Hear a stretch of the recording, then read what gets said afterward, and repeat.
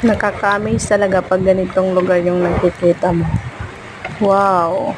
Ngayon lang ako nakakita sa ilog na may boat na dumadaan sa harapan ko. Talaga naman. Talagang mapaparelax ka dito. Gandang tanawin.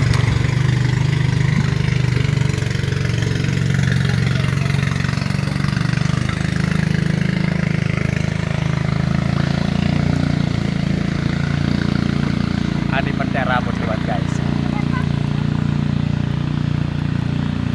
So hanggang ka magkaret mga operator di dihagoan. Kamada River. Damot karga, tagpuro uno tira pamutit lukan. May mga agos pa, magkasabit sa loob.